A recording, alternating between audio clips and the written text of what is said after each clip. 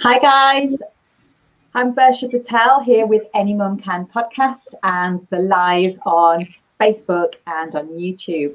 So thanks for joining me this evening. I have a wonderful guest with me today. We have Dr. Gisele Tennant, and I wanted to check, how would you pronounce your first name? It's Gisele, it's French, but Gisele. Yeah, I've been called a lot of things. I'm sure I have too with my name.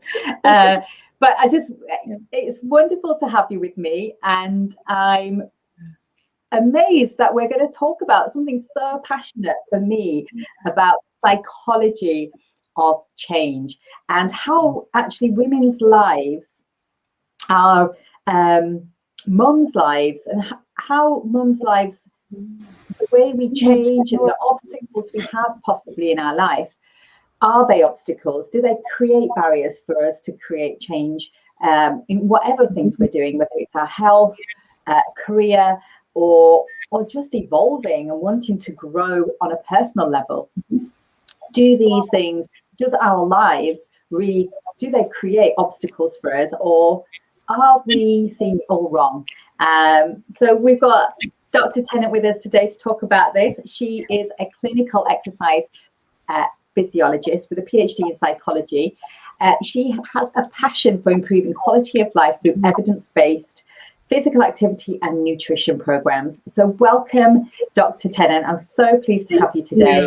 Oh. I'm going to hand over to you. Would you tell us about what this means, you know, being a clinical exercise physiologist and the work you do helping bring change and the psychology of change? Mm-hmm. Well, first of all, thank you for having me. I'm really excited to actually see you in person. I know, it's wonderful. It's wonderful. Because I'm in Canada. But I'm really happy to talk about this topic because it's one that it's close to my heart, right? How do we help people? As an exercise physiologist, obviously, I take people through exercise programs, but what's really important is the psychological aspect of it, because we all know that we should eat better and exercise because we're going to have better lives. But why is it that we're not all doing it? Right. So there's really some psychological element in terms of how do we change, how are we able to change our lives, and so this is what I want to talk to your listeners about today, and hopefully give them some tips if they're thinking about making some changes in their lives. How can they go about it? Right.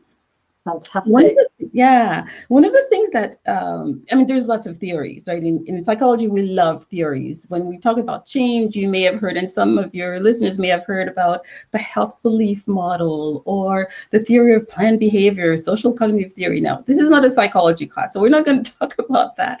But there's one model, that's a trans-theoretical model that I really like, and we use it a lot in health and wellness because it tells us that change happens in stages, right? So often we want to make a change and we want it to happen overnight. It may have taken us years and years and years, right, to develop that bad habit, but we want to change it just like that, right? And in my practice, I hear a lot of people come, okay, I want to lose 20. Well, I was going to say 20 pounds, but I guess it would be in kilograms. So I want to lose 15, 20 kgs or something like that. But I want to do it in 2 weeks because I have a wedding to go to. And those things don't happen, right? So we know that it happens in stages. So I want to take your listeners through those stages, and then maybe it's going to be helpful for them. Maybe they're going to listen and hear some tips, right? The first thing about change is awareness. We can't change something that we're not aware of, right? So I think that makes sense. But what we find is that how do we approach what we want to change is really important. Because sometimes we may approach things very defensively, right?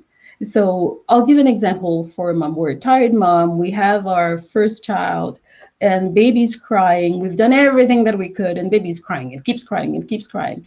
So now we're becoming defensive. It's like, oh my God, I wish you would just stop crying. I'm tired. I want to sleep. But if we were to approach it in a non-defensive way, where, okay, maybe being more a little bit sympathetic, even though we're tired, about, okay, so the only way this child can tell me that there's something that they need is by crying. They're not doing this to annoy me. Right? They're just trying to tell me that I need something from you, Mom. So if we approach it that way, we're still tired, but we might have more wits about ourselves to actually help them, to help the child. So looking at it that way. So with awareness, it's important, but we have to look at it in a non-defensive way, because sometimes we feel like I can't control my environment. So many things are happening to me, and now we become the victim, right? And if we're in victim mode, we can't make changes. The other thing is to look at ourselves. And so now maybe I can't change my environment. Can I change the way that I look at myself? How does self-care, self-love comes into play? Do I have the self-confidence that I can make that change? Because if I don't think that I can, well, if you think you can, you can. If you think you can't, you can't. Right? But it's easy to say that, right? But what are the things that I need for that to get those emotional skills? How do I practice that? And so when we make changes and we see the positive results, then we can be a little bit more self-confident, have a little bit more self-esteem about how we see ourselves. And one of the things that I ask people to do, and that might be helpful if one of your listeners, for example, is thinking, okay, they know a specific thing they'd like to change, and you're in that kind of contemplation stage. It's like, yeah, I think I want to change this, but within the next 6 months, but I don't know how to go about it. Well, maybe if we were to look at, take a piece of paper. On one side, you want to write all the negative things that would happen if you don't make the change. So if I stay where I'm at right now, whatever the changes, it could be career-wise, with my children, with my relationship, whatever it is, what are the negative things that can happen if I don't make that change? How am I going to feel? And I'm really big on attaching emotions to it. Am I going to feel horrible about myself? I'm going to feel like I'm stuck. Am I going to feel resentment? So write it all down on one side of the page. On the other side, you're going to write all the positive things that will happen if you do make the change. And this is where visualization comes into play, because imagery is amazing. One of the great things, and I'm sure you know that, Versha, that in the work that you do, that like the brain doesn't know whether it's real or not, right? If I were to ask your listeners right now, close your eyes, imagine that you have a lemon in front of you. You're cutting that lemon. You take a little wedge out of it. You put it in your mouth, and you can taste the sourness of it. Your mouth would start salivating and puckering, but you don't have a lemon in front of you, right? So this is the power of your brain and visualization. So can you write on that side of the page all the positive feelings, emotions you would have if you do make the change? So you're seeing yourself doing it, right? So that would be really helpful. So, and that might motivate you to actually get into that preparation stage. Now, okay, I decided I want to make that stage. I want to make that change, and I have to prepare for it. Again, it's not going to happen overnight. How do I prepare for it? First of all, you have to get support. You really need, as I was telling you before, Versha, you need to get your family, your partner, your surroundings to have a buy-in, because I have to tell you, what we found is that people don't really want us to change, because it means that once we change, we do affect those around us. I'll give you, the classic example of, the mom who wants to maybe, let's say, have a part-time job if they're staying at home, or doing something for themselves, or maybe they want to return to work, or maybe they want to lose weight, and the partner is really saying, yeah, I'm supporting you, you can do that, but they're really sabotaging you a little bit, because they're afraid that, well, what if you do all these things and now you have that self-confidence, you might leave me, right? And they're not doing it consciously. They still love you, but there's a lot of little sabotage. Or your best friend who thinks, well, I like you the way you are. I don't think you really need to lose weight, because now it might tell them that they need to do that as well, right? So we really have to be careful. So we want to make sure that we get support, okay? And you have a meeting, and you can even enlist the support of your children, appropriate, age appropriate, right? This is what I'd like to do. How can you help me do that? And this is why it's so important to me. Those are the benefits, how the family is going to benefit from that. And then you can set your goals. You can set and we've heard about SMART goals, right? You want to make sure that they're specific, measurable, attainable, it's realistic and timely. So now you have, okay, this is the goal that I want, maybe a long-term goal. You chop it up into little short-term goals, and now they're specific, and now you can measure whether or not you're achieving your goal. The other thing that we want to make sure is that we have some reinforcement, and we want it to be positive, because I can tell you, punishment doesn't work. And we've seen that. I mean, I'm old enough to say that I've grown in the era where, it was perfectly acceptable to spank your kids, right? So, you do something and then your parents would spank you. And then they would say, how many times have I told you not to do this, right? And they spank you behind. Well, it means that they've told you more than once. If the punishment worked, they would only have to tell you once, right? So it didn't work. It just doesn't work. So what we need really is more reinforcing the positive behavior. So as we're trying to change, make sure that you're reinforcing your positive behaviors, that you're actually celebrating the small behaviors, the small successes that you have, as opposed to focusing on, oh, I didn't do this, I didn't reach my goal. I have a current client who in the past year has lost 20 pounds, and it's been very difficult, has done it. And that would be divided by 2.2 in kilograms for you, okay? But she's so focused on the fact that she didn't lose more as opposed to what she's achieved, right? Yeah.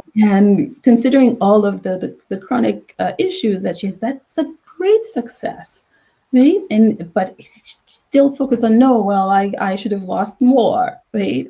And so we do that, we self-sabotage, right? So we have to make sure that we reward ourselves. So now that was the in the preparation stage, you want to do all those things, and now action stage, you're starting to, whatever it is, the habit that you want to have, so you're making that change. You want to keep it simple, right? Sometimes we exaggerate. It's like, okay, I want to exercise. I'm going to exercise every day, right, for an hour. It's not going to happen. We know that. Right? You're laughing because you know. You're saying, yes, yep, I see. Yeah. But it could be, well, I'm going to start with just 10 minutes. 3 times 10 minutes, maybe just 10 minutes. So how do I do that? I have the kids at home. I can go to a gym. Well, now with COVID, it's almost impossible. Maybe the weather is not conducive outside, it's raining, whatever. We can find a lot of excuses, right? But could I set my timer for 10 minutes in the house and then walk in the house for 10 minutes? If I have children, can I make it a game with them, right? Where I have little post-it notes from one wall to the next. Okay, we're gonna walk, and we have a little crayon in our hand, and every time we get to the wall, we put a check mark.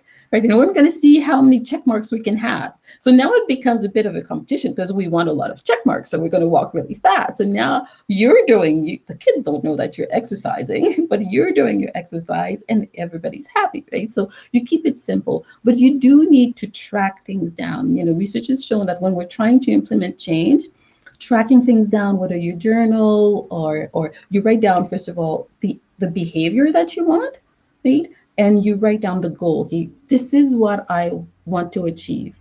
It may be that I don't have enough time for myself.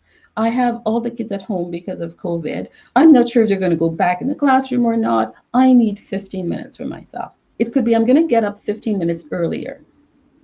Maybe it's possible, maybe it's not. I don't know.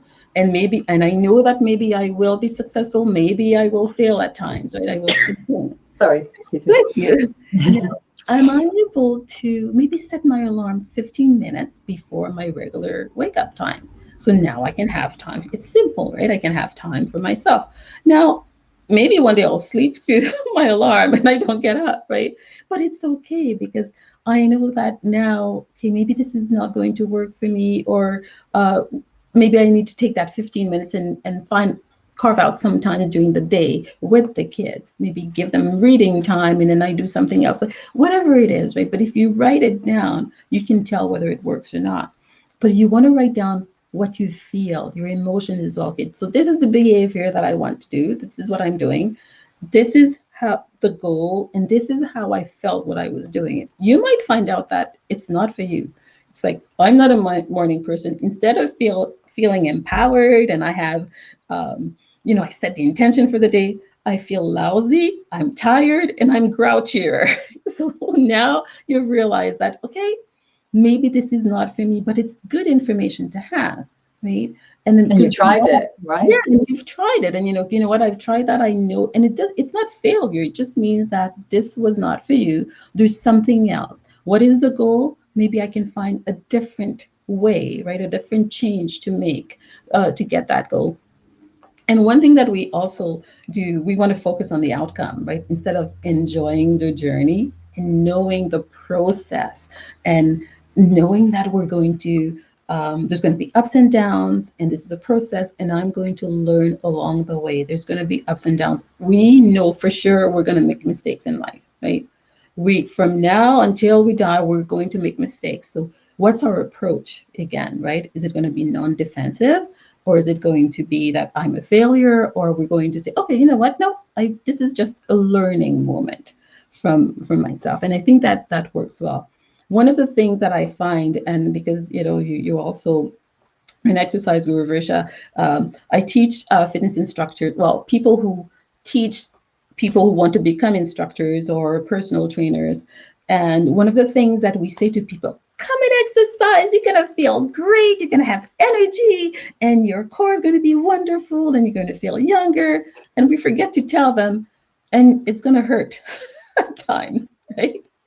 Because DOMS, that delayed onset muscle soreness is a real thing. We need to have that neurological adaptation, but we forget to tell people that because we're used to exercising and we like that feeling.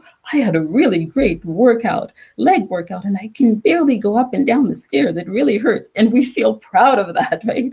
Well, the new exerciser is like, oh my God, I went to class and I can't even go up and down the stairs. I injured myself. I'm not going ever. Yeah, it's such a common thing. It's and actually, that's the one thing that because I worked for such a long time with pregnancy and postpartum, it was always one of the first things, because you're doing rehab and you have to be even more on that kind of protective position of looking after your clients, because they're in a position where they're so fragile. Yeah. And although I think pregnancy is, yes, in some ways women are fragile, but on the other side, they're exceptionally strong, and you're just adding to their strength. But there's a lot of things you navigate in their body. So yeah, I hear you. I've been to so many places. I've had people that have come to me and said, oh my gosh, whenever I've done this before, I don't want to not be able to lift my children and yeah, so there is that, and then they get an injury and then put weight on or just lose all motivation. Exactly. But I wanted to touch on something. You touched about the goal, and everybody striving for the goal and wanting the goal, and if you don't quite get there in the time you want it, it's like a huge disappointment and not really enjoying the journey. And it's related to the dopamine is kind of often then just released when you hit the goal. It's like the athlete getting the gold. But if an athlete, or if you're aiming for a change of some sort, if you attach all your enjoyment and reward for the goal, you're never really going to enjoy the process. And really, health is not it's not a goal. It's a journey, isn't it? Really.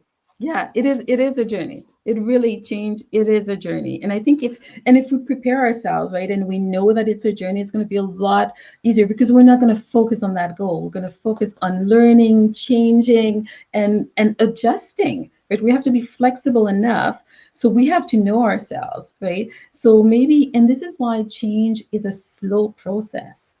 Right? Because if it's slower, we're going to be able to reach that goal. We're going to get that intrinsic motivation, right? Because we're going to feel good about ourselves because, oh, I achieved this today, because this that we achieved, we made it so that it was attainable and it was realistic, right? So now we have a little bit more self-efficacy. It's like, you know what? I believe in myself. I can do this. Now we can add a little bit more. and a little bit more, right? And it doesn't matter what the change is.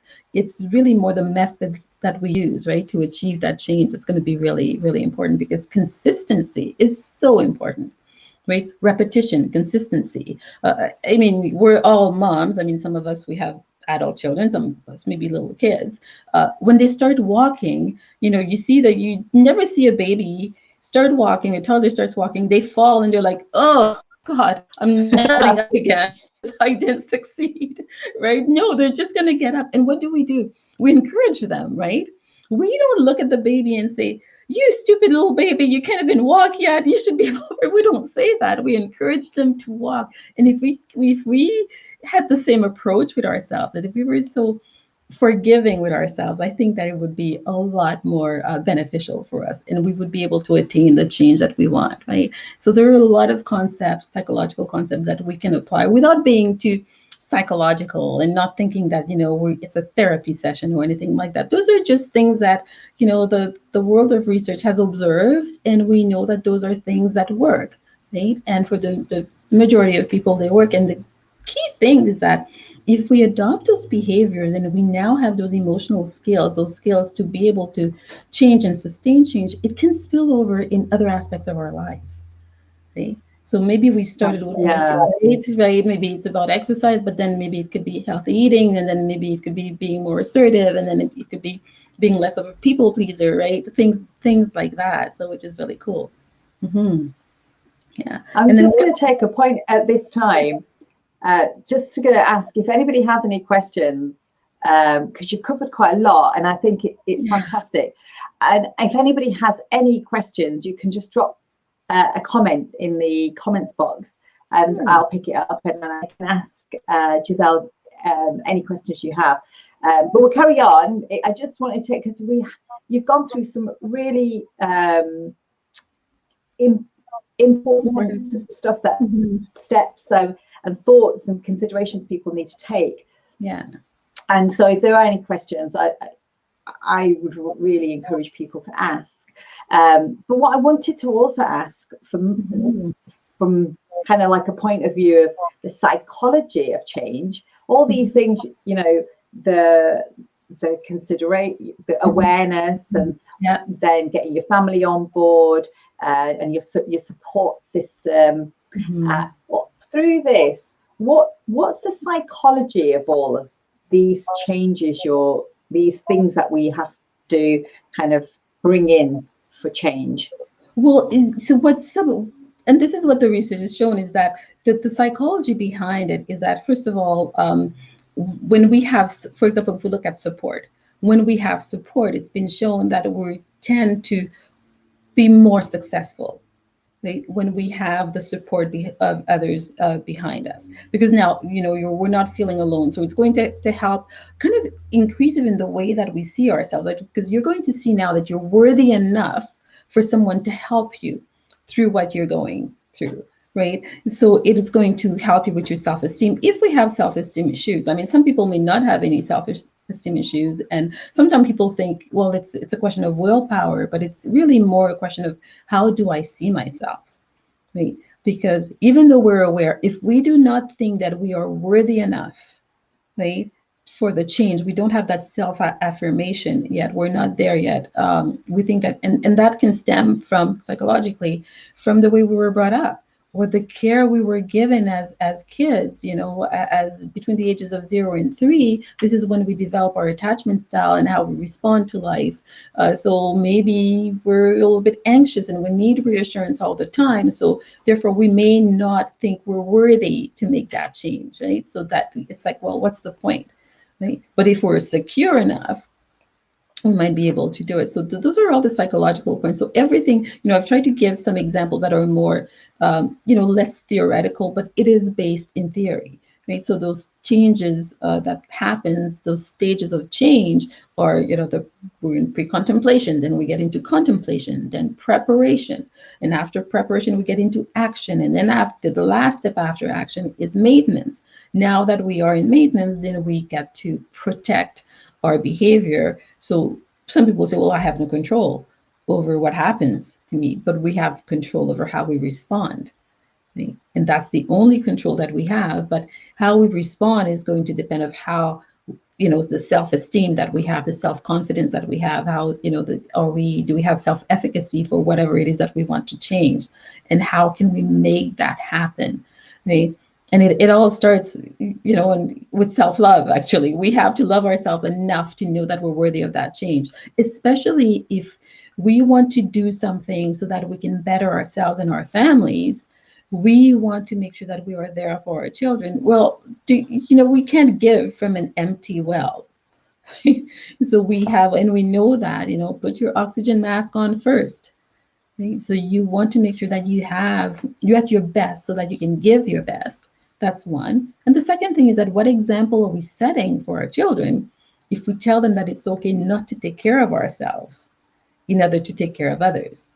Right? We're telling them that we're not worthy, right? So we're teaching them how to treat us, right? So we have to treat ourselves well, and it all stems from, psychologically. It's really like, how do we have enough self-esteem? Do we have enough self-love? How much do we love ourselves and know that we are worthy enough to make the change that we need to change? It doesn't mean it's going to be easy, though. Right? It doesn't mean that it's going to be easy. Sure. And I don't know. I'm not sure if I answered your question or not, Trisha. No, that was fine. But what I was going to ask, you did, Yeah. is how do you see? Because it sounds so simple. Mm-hmm. Yes, it is challenging, and any journey worth taking is always going to have its kind of like the scenic route, and you're going to have some hills. You're going to have some troughs where you go down. Yeah. But as long as you're kind of never going past where you really started, it's always a worthwhile journey. Yes. But what I wanted to understand from your point of view, what do you see that in mums' lives really create barriers and struggles for them to begin the journey of change or sustain a journey of change?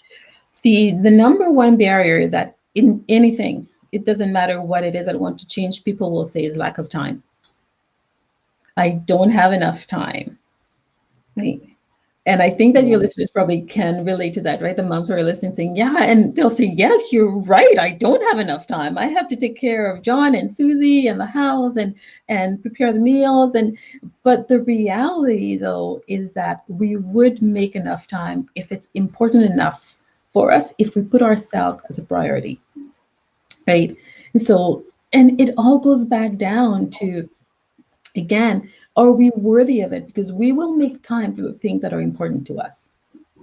And so that's one of the barriers. We all have the 24 hours in a day. And it's interesting that some people get the time, right, to do what they need to do, and others don't. So how is that possible? It's the approach, right? It's not that they have more time. I'm sorry, I'm just going to get some water. Yeah.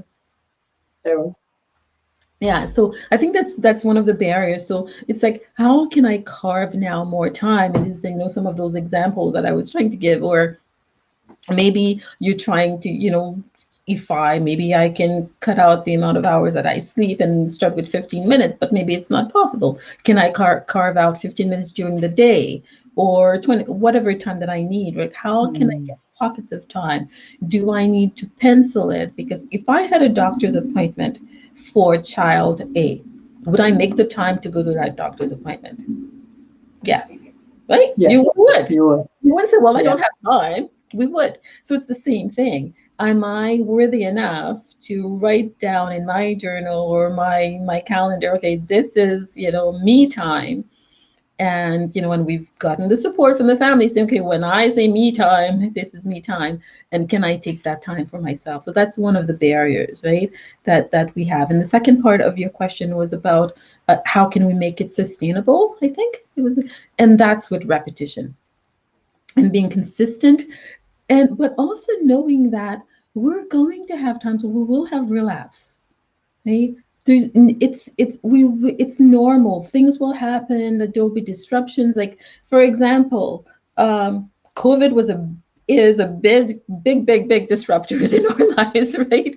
We had to adapt. Maybe there were certain things that we had started doing, a habit that we start, I had started going to the gym. Oh, now I can't go anymore because the gyms were closed. I started doing this, whatever it is, right? I started that new job that I like, but now I'm home. Whatever it is, like there's going to be disruption. So again, to me, how can I make it sustainable when I have this disruption? It's going to start with, how do I perceive this disruption? How do I respond to it? Because if I respond to it in a negative, defensive way, I'm going to be so upset that I'm not going to be able to think clearly and then think about strategies, right? So that I can, okay, now I need to pivot. So many businesses had to do that. They had to change really quickly on a dime. Okay, I was doing things face to face. Now I have to do things online. All of a sudden, people learn about Zoom and a bunch of other things, right? So we adapt, but we have to be open to that and then stay with it. It's like there's a thing that says stay in line. For example, if there's you're at wherever you are, you're going to buy tickets, let's say for a show, you're in a long line.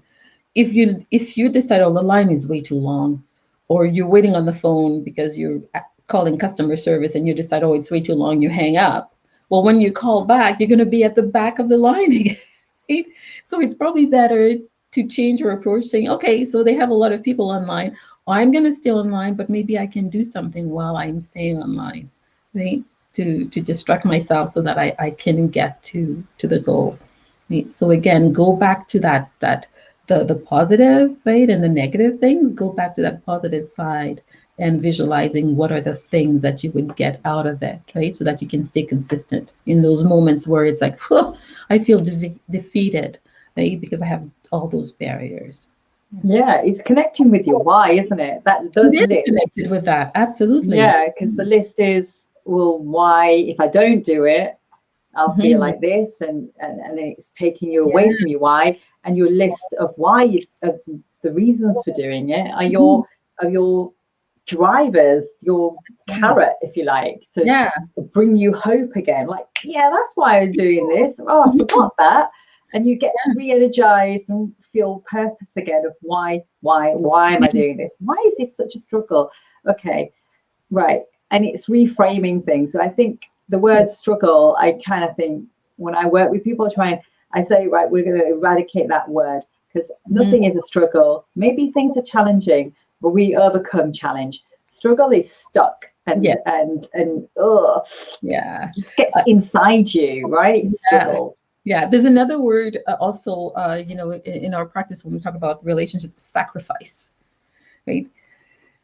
The word sacrifice, the same thing. It seems like I sacrificed this for you, which means that it's something I didn't really want to do, but I did it anyways. And now there's resentment because I'm not doing something in return. Or it's like, okay, I forego this for this period of time because I know it's going to bring some positive things, and then I can go back to it, right? When we say we sacrifice, I mean, how many times, we, in the old days, we, like parents have said to their children, after all I've sacrificed for you, and then the child would say, well, I didn't ask to be born, right? Right? I didn't ask you to do that, right? But yeah, that's another word that there's a lot of self-sacrifice. Yes. In the mother female world, trade-offs, all these things. But this actually takes me to ask you about prioritizing, because you talked about that time, not having enough time, and just not enough hours in the day. And even if I gave clients another 10 hours a day, they're still not make time. Unless they change some of their thinking and the way they see things in their life. But what is it that you, in your experience of what you see in your practice and your work over the years, why do you think women, and particularly moms, find it so hard to prioritize themselves? Yeah, I think it's because we've been giving a script. We've been pre-programmed from the minute we were born as girls, women, right? That, and it's great to be of service to others, but now you're going to become a mom and you have to sacrifice yourself. And we think that to be of service to others and our children, mainly, like right as we bring a family, that we have to be in the background, right? And everything we do. So it's okay to, like you get up in the morning and not take a shower and have like, and not look at our best because it's all about the kids.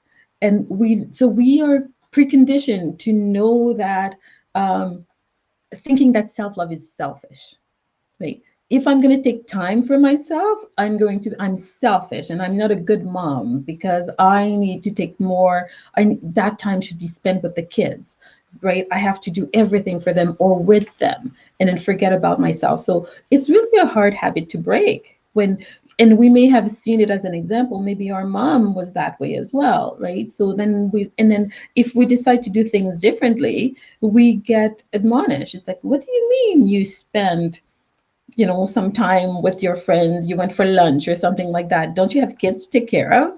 Right? So like we're so busy focusing on what people think of us that we forget to do the things that are good for us. And I think Yeah. that's part of it. That's what I noticed, that like we really don't like to we think that we're doing something bad and we're being a bad person, if we take care of ourselves. Right? That we should totally face ourselves and then get into that mode of I'm a mom now, so now our identity is about being a mom as opposed to being a person who has children. Right? Yeah, and I think there's a sliding scale of that, Yes. in terms of some people that are really, some mums are, they wholly identify themselves as a mum, and it's this, of being of service, Yes. and they don't see it that they're self-sacrificing. They don't use those words. It is literally they're here to serve. And there's a big part of, I'm Hindu, and in our culture and our religion and the Vedic texts do talk a lot about how we are here to be of service. And it's finding that line between where we are of service and how we then are of service to ourselves in order to be of service to others. Yes. Yeah. And I do find that it's a big grey area where I have many, many conversations with people that kind of disagree with my perspective, or we don't disagree, but we have an area where we can't find it's hard to find the common ground and understand that doing things for yourself, it means you are better positioned to be of service to others. Yes. But where to draw the line where you are possibly being of more service to yourself than to others? And I personally see it as that you just find your own balance. If you feel you're giving as much as you give to yourself, and then that's your perception and it's subjective. Exactly. Yeah, I totally agree with you. And yeah, because I'm not saying that we should not be of service to others, because actually being of service to others makes us happier. But it's when we're doing it and we're resenting it that it doesn't work. That's when we know that, okay, there's something missing. And it's probably that we're forgetting ourselves and we don't feel that we're alive anymore, right? Because all we do is for others. So I think that's when people find that, oh, I need to make a change because it's not, there's just something that's not resonating with me. I'm not feeling happy. Whereas if we're of service to others and we're feeling happy and it brings us joy and, our lives we're content, great. But it's when we're not content, then there's not a balance, right, between being of service to others and being of service to ourselves. Sure. Yeah, I'm glad we touched on that, because and I wanted to just make a point, if so others are not, or because some people know of being of service or use those terms, but being of service essentially just means helping others, doing things for other people selflessly. Yes. And so your children, your family, voluntary work, charity work, and those sorts of things of what we see as being of service. And actually, when you are doing those from a joyful place, it's magic in your life. Yes. Because something phenomenal outside of even psychology is connecting with the universe and doing something divine to us and to our life.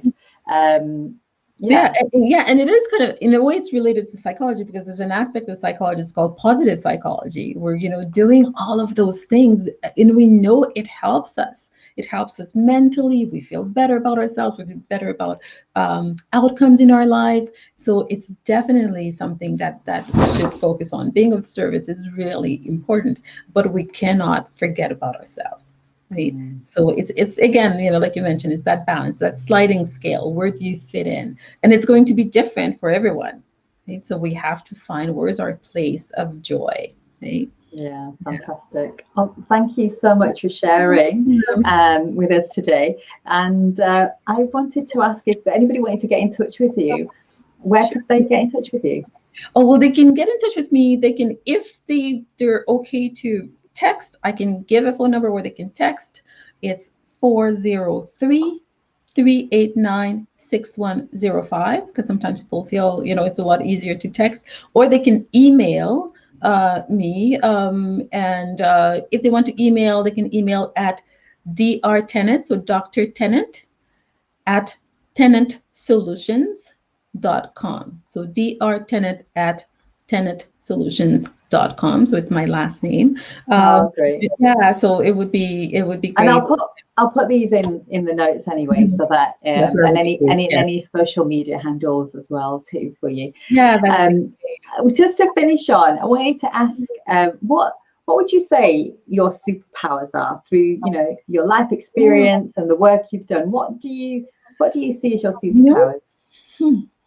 One of the things that I know that I'm really good at is staying calm when things are being chaotic. And I think that I'm known for that in my family. It doesn't mean that I don't lose it after, but if there's a situation where things are very chaotic, so I can be very logical in the moment and put my heart aside and think, okay, what needs to be done in this specific situation so that we can get the result that we need. So I'll get that done, and then I'll fall apart.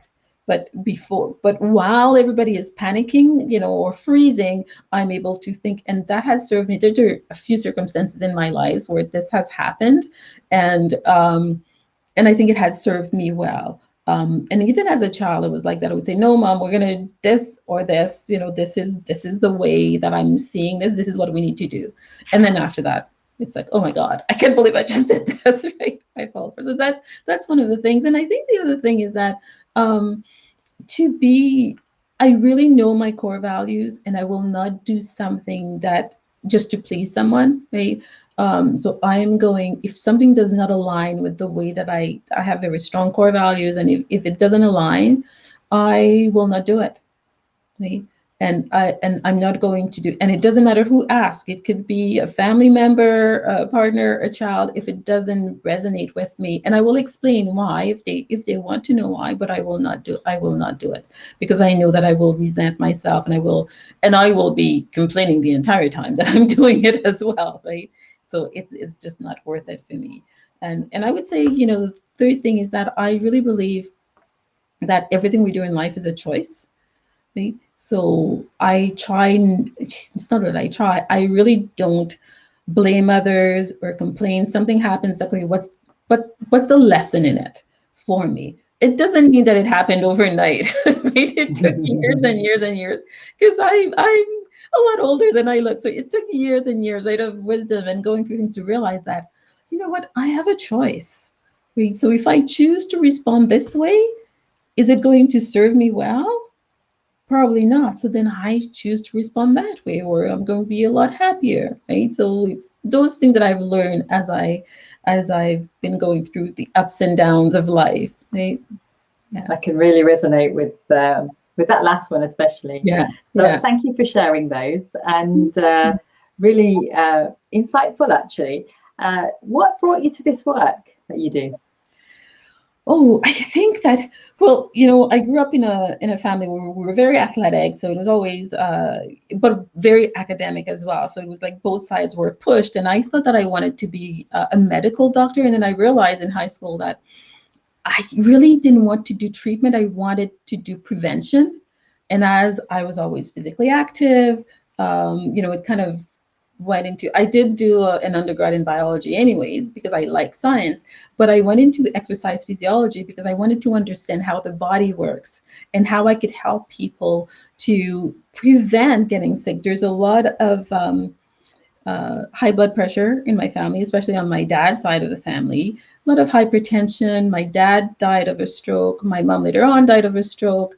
Have a few cousins that died of strokes as well. So, now it became not only that I had a passion for exercise, and I was very good at it. I competed in gymnastics, I danced, and I did track and field. But there was also that, okay, this is, and I enjoyed, but it's a way of life, because I know that genetically I'm predisposed for that. So if I don't do anything, and the worst thing, it's seeing my dad, who was very active, and his first stroke, he was paralyzed on one side. He was hemiplegic like for 14 years, right? So then all of those things that you want to do, you can't do. And so that has taken me to the work that I do. And then the work that I do with helping people with relationships is, my marriage of 28 years, just like, uh, disintegrated, and then learning why those things happen, because I always try to find the lesson, and then, okay, how can I help others, right? Not that it would have saved the marriage, but it's like to feel comfortable with the decision that, okay, this was not, still friends, but this was not working, and for us to be both better people, then it's better for us, realizing that no, it's better, even though, society would say that, well, this is really stupid. After 28 years, why not stay, right? So those are the things that I think that help me do the work that I do today. And then just seeing when someone says, oh my God, you've changed my life, and Risha, maybe you can relate to that as well, right? That's the key thing. You're like, oh my God, I'm actually, someone is telling me I can go up and down the stairs now, and not feel any pain, when before I was going up the stairs sideways because I could not, my knees were hurting so much. So that's so rewarding, right? Those aha moments that people are getting. So yeah, it's those are the things that really inspire me to continue to do the work that I do. Yeah. Oh, it's been wonderful speaking to you, Gisele. I honor you for joining me this evening. I know you're on a different time to me in the UK, and so thank you for just hooking up with us from Canada and sharing so honestly and giving great tips to help women, help our mum listeners. So thank you, and thank you guys for listening, and we'll see you on next week's podcast. Yes, Take it care. was my pleasure. Thank you. Well.